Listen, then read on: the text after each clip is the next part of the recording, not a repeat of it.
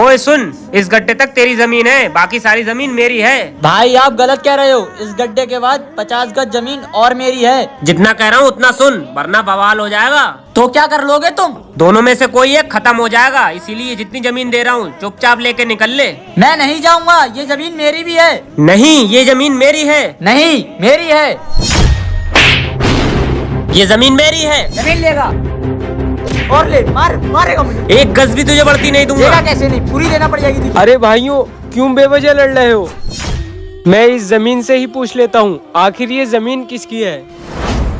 ए जमीन, ये दोनों भाई आपस में लड़ रहे हैं, अब तू ही बता दे आखिर तू किसकी है? भाई, ये जमीन तो कह रही है मैं किसी की नहीं हूँ। बड़े बड़े बादशाह और सिकंदर आए और आकर चले गए, लोग मेरे लिए लड़े और लड़कर न जाने कितने मर गए। ये जमीन सबकी है और सबके हिस्से में आती है, लेकिन सिर्फ 2 गज जिसमें कब्र बनती है। मेरे भाइयों, इस जमीन के चक्कर में अपने रिश्ते खराब मत करो।